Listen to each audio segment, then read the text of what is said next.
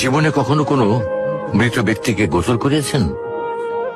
যদি কখনো সুযোগ হয় তাহলে সেই মৃত ব্যক্তিকে গোসল করাবেন।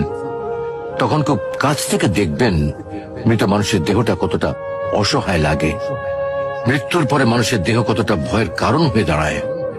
সুযোগ পেলে রাতে লাশটা পাহারা দেবেন, তখন বুঝতে পারবেন প্রিয় মানুষটার লাশ রাতের বেলায় আপনার কাছে কতটা অদ্ভুত লাগে, কতটা ভয়ের কারণ হয়ে ওঠে, কতটা আতঙ্কের কারণ হয়ে যায়।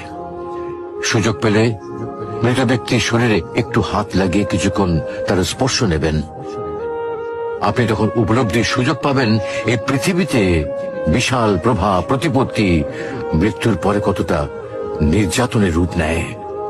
সুযোগ পেলে আপনজনদের লাশ কবরে নামাবেন খুব আগ্রহ নিয়ে।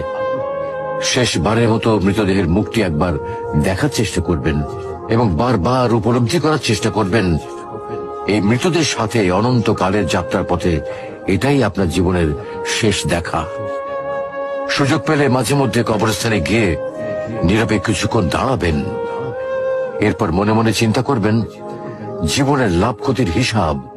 এই মৃত মানুষগুলো এই পৃথিবীতে কি করে গেছেন, কাদের রেখে গেছেন, যাদের রেখে গেছেন তারা কি কখনো এই মৃত মানুষগুলোকে স্মরণ করার জন্য কবরস্থানের